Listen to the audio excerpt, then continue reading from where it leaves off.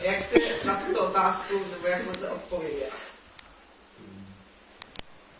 Tak máme dvě.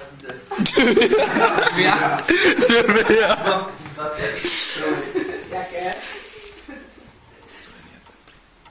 Tak idealismus. Dobře, ten odpovídá na otázku jak? Idejemi.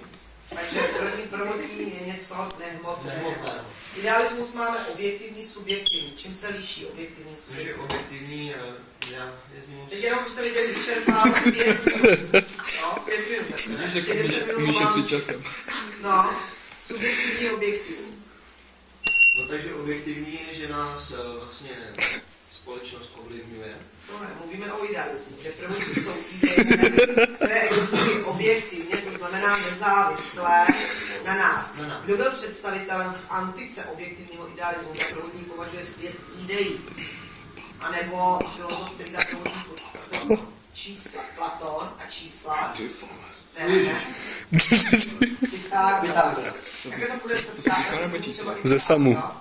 Tak, jdeme druhé odpovědi na tuto otázku. Když prvotní je hmota, jak tomu říkáme materialismus. Jaký máme materialismus třeba? Molistický nebo? Nebo, já znám spíš ten molistický. Tak co to je? Co to je molistický? Molistický materialismus. Molistický materialismus je... Prvotní je hmota. Monos. Dobře, to se moc nechytáš teda, Monos je monistický, pluralistický je, že být svátek je. Jak zní základní otázka v muzeologii? Co je podstatou bytí? Ne,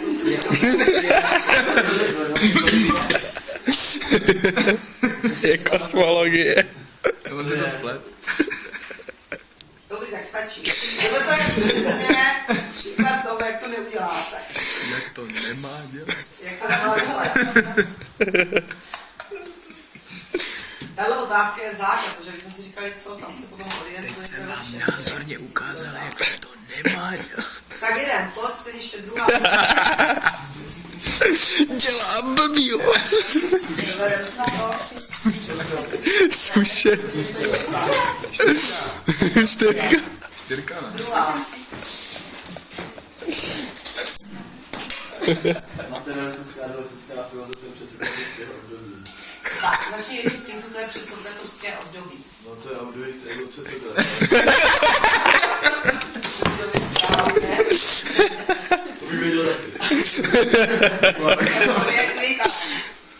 Časově zhruba. Tak to bude v době vrcholné demokracie, jak se už toto pamatujte, že 5. 4. století před naším letopočtem. To znamená, co je typické pro to předsokratovské období, jaké otázky řeší a co bylo centrem vzdělanosti? Centrem vzdělanosti byl Atény. Právě že ne. Předsokratovské období, tohle je druhé a ne. Předsokratovské právě bylo, že to byly Atény, ale Milétos, Efezos, nebo přece ty kolonie, řecké kolonie.